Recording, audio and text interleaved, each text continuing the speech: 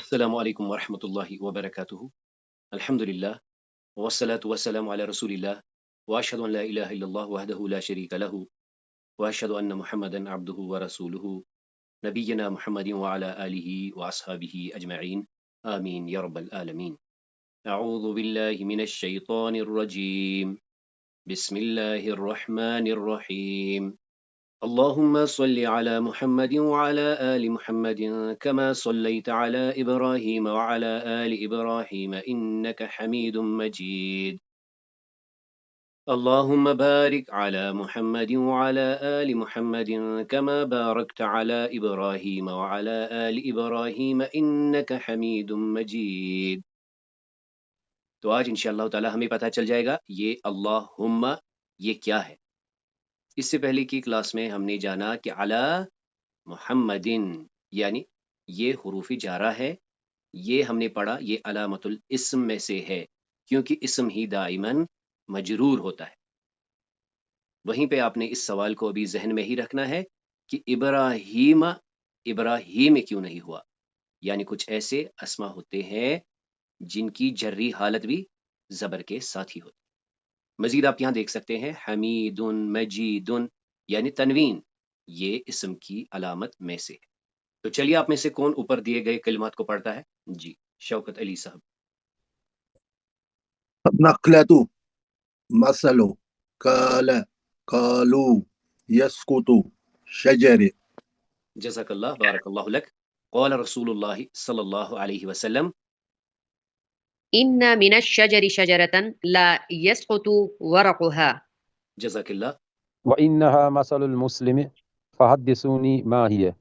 جزاک اللہ فوقع الناس في شجر البوادي.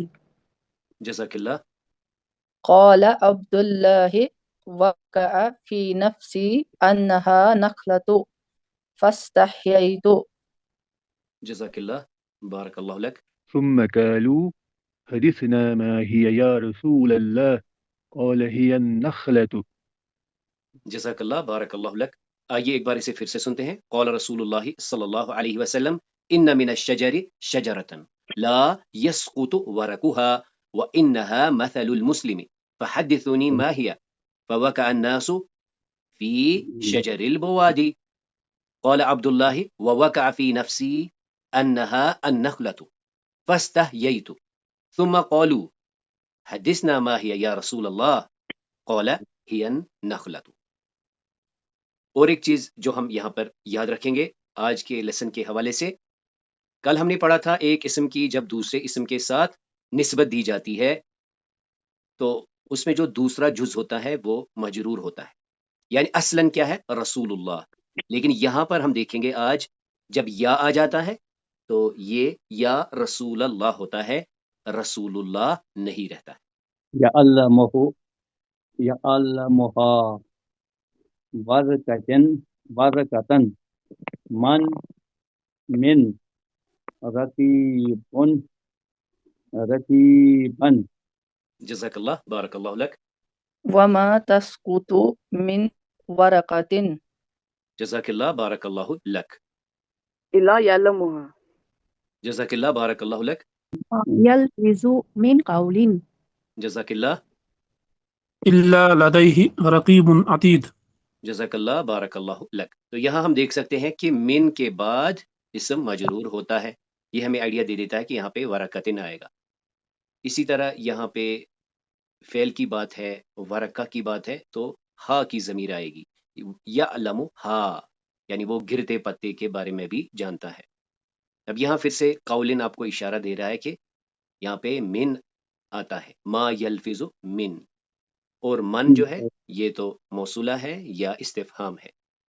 الا لدیہ یہاں پر دو اسما اکٹھے ہیں جن کی جو اعراب ہیں وہ بالکل مطابق ہونے ہی چاہیے، تو لہٰذا یہاں پر رقیبن آئے گا۔ تو ایک بار اسے سنتے ہیں۔ وما تسقط من ورقة الا يعلمها ما يلفظ من قول الا لديه رقیب عتید۔ اليوم السادس والاربعون، آج ہمارا اصلاً یعنی 46واں دن ہے، اور جو ہم نے دوسرا یہ جو سلسلہ شروع کیا ہے اس حساب سے آج ہمارا بس 6واں دن ہے، یعنی جو پہلے ہمارے 40 دروس تھے وہ بس عربی کے ساتھ تھوڑا سا متعارف ہونا تھا۔ آج ہمارا عنوان بھی کیا ہے؟ اکتشاف العربیہ بین الکلمات، یعنی ہم کلمے پر آ گئے ہیں، کلمہ۔ اور اللہ کی توفیق سے آپ سب کے علم میں اب آیا ہوگا کہ عربی میں 3 ہی قسم کے کلمے ہوتے ہیں، اسم، فعل یا حرف۔ اليوم سنتعلم، آج ہم کیا جانیں گے؟ منہاج المؤمن بین الشکر والصبر، یہ جو مومن کا راستہ، مومن کا طریقہ کیا ہے؟ وہ اپنی زندگی گزارتا ہے شکر اور صبر کے بیچ، یعنی یہ وہ حدیث ہے جو ہم نے کل شروع کی تھی، آج ہم نے اس کا عنوان باندھا ہے بین الشکر والصبر۔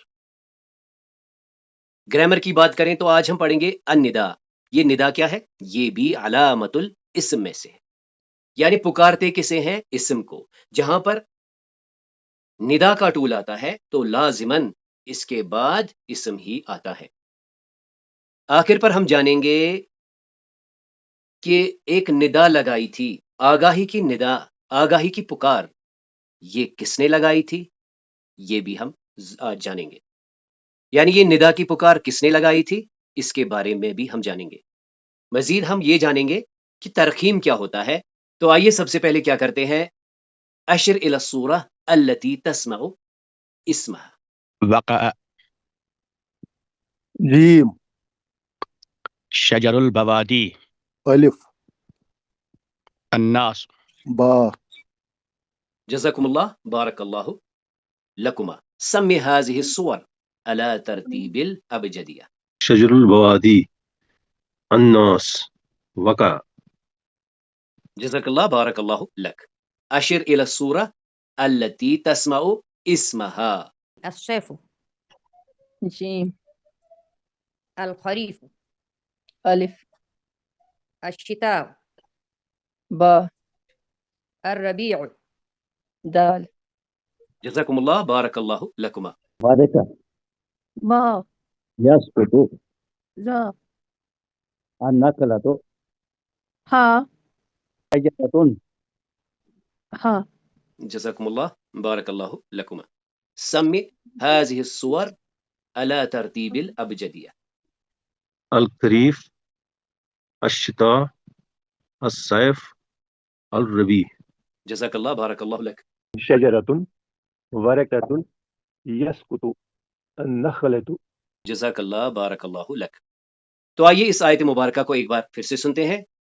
الذین ينفقون في السراء والضراء والكاظمين الغيظ والعافين عن الناس واللہ يحب المحسنین۔ وہ لوگ جو خرچ کرتے ہیں سرا، خوشحالی میں، والضراء، اور تنگی میں، والکاظمین الغیظ، اور غصے کو ضبط کرتے ہیں، والعافین عن الناس، اور معافی کا معاملہ کرتے ہیں لوگوں کے ساتھ، یعنی لوگوں کو معاف کر دیتے ہیں۔ واللہ یحب المحسنین، اور اللہ تو محسنین کو محبوب رکھتا ہے۔ یعنی ہم نے دیکھا تھا 4 اوصاف مومنین کے بیان ہوئے ہیں۔ پہلا کہ وہ خرچ کرتے ہیں، اور وہ بھی کب؟ خوشحالی میں بھی اور تنگی کی صورت میں۔ وہ غصے کو ضبط کرتے ہیں، وہ معافی کا معاملہ اختیار کرتے ہیں، اور وہ احسان کے درجے کی طرف جاتے ہیں، یعنی وہ محسن کہلاتے ہیں۔ وہ اپنے کام کو بالکل پرفیکٹلی کرتے ہیں، یعنی جو کام کا حق ہوتا ہے اس پر اسے لاتے ہیں۔ آئیے اس حدیث شریف کو ایک بار پھر سے سنتے ہیں۔ آج ہم نے اس کا عنوان جو رکھا تھا، یعنی مومن کا راستہ کیا ہے؟ وہ اپنی زندگی گزارتا ہے بین الشکر والصبر، وہ شکر اور صبر کے بیچ ہی اپنی زندگی کو گزارتا ہے۔ قال رسول اللہ صلی اللہ علیہ وسلم عجبا لامر المؤمن ان امرہ کلہ خیر وليس ذاك لأحد إلا للمؤمن إن أصابته السراء شكر فكان خيرا له وإن أصابته ضراء صبر فكان خيرا له۔ یعنی آپ صلی اللہ علیہ وسلم کا فرمان مبارک ہے کہ مومن کا معاملہ بڑا حیرت انگیز ہے۔ بے شک اس کا ہر معاملہ خیر ہی خیر ہے، اور یہ خصوصیت مومن کے سوا کسی اور کو حاصل نہیں۔ اگر اسے خوشی ملتی ہے، خوشحالی میسر آتی ہے، وہ شکر کرتا ہے اور یہ اس کے لیے بہتر ہوتا ہے، اور اگر اسے تکلیف پہنچتی ہے تو وہ صبر کرتا ہے اور یہ بھی اس کے لیے بہتر ہوتا ہے۔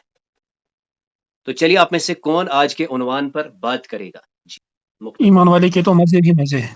اللہ تعالیٰ کوئی نعمت دے تو بندہ شکر کرتا ہے، اللہ تعالیٰ کوئی تکلیف دے تو صبر کرتا ہے، اس پہ بھی اجر اس پہ بھی اجر۔ ماشاء اللہ، بارک اللہ لک۔ مومن کا شکر اور صبر کے درمیان راستہ یہ ہے کہ وہ ہر حال میں اللہ کا شکر ادا کرے، راحت میں شکر سے نیکی بڑھائے اور تنگی میں صبر سے درجات بلند کرے۔ یعنی خوشی میں اللہ کی نعمتوں کا اعتراف کر کے شکر کرنا اور مشکل میں رضا بالقدر پر ثابت قدم رہ کر اللہ کو راضی رکھنا، یہ دونوں مومن کی زندگی کا حصہ ہے اور دونوں میں اس کے لیے بھلائی ہے۔ جزاک اللہ۔ جزاک اللہ، بارک اللہ لک۔ سر مومن پہ یا انسان پہ ہر وقت دو حالتوں میں رہتا ہے، یا وہ تکلیف میں ہوتا ہے یا وہ خوشی کی کیفیت میں ہوتا ہے۔ تو مومن ہمیشہ شکر اور صبر کی درمیانی کیفیت میں ہوتا ہے۔ اگر خوشی ہے تو وہ شکر کے سجدے کرتا ہے، اور اگر تکلیف ہے تو وہ صبر سے اپنے رب کو راضی کرتا ہے۔ جزاک اللہ، بارک اللہ لک۔ اب آپ میں سے کون ایک بار اس کا رواں ترجمہ لگانے کی کوشش کرے گا؟ جی۔ رسول اللہ صلی اللہ علیہ وسلم فرماتے ہیں کہ مومن کا معاملہ بھی عجیب ہے، اس کے لیے ہر چیز میں خیر ہے، اور یہ صرف مومن کے لیے ہی ہے اور کسی کے لیے نہیں، کہ اگر اس پہ کوئی خوشی آ جاتی ہے، اسے کوئی خوشی مل جاتی ہے اور وہ اس پہ شکر کرتا ہے تو اس میں اس کے لیے خیر ہے، اور اگر اس پہ کوئی مصیبت آ جاتی ہے اور وہ اس پہ صبر کرتا ہے تو اس میں بھی اس کے لیے خیر ہے۔ جزاک اللہ، بارک اللہ لک۔ تو اللہ تعالیٰ کی توفیق سے ہم نے یہاں سے آغاز کیا ہے الکلام، لفظ مرکب مفید ووضع لدلالہ۔ العرب يقسمون الكلام إلى 3 أنواع: اسم وفعل وحرف۔ الاسم هو الكلمة تدل على معنى غير مقترن بزمان۔ علامة الاسم، یعنی پہلے ہم نے جانا کہ کلام کے 3 ہی حصے ہیں، اسم، فعل اور حرف۔ پھر ہم نے دیکھا کہ اسم کو ہم کیسے پہچان سکتے ہیں۔ للاسم علامات ظاہرة يسهل التعرف عليها۔ 6 موٹی علامات میں سے کیا ہے؟ التنوین، الالف واللام، الخفض او الجر، حروف الخفض او حروف الجر۔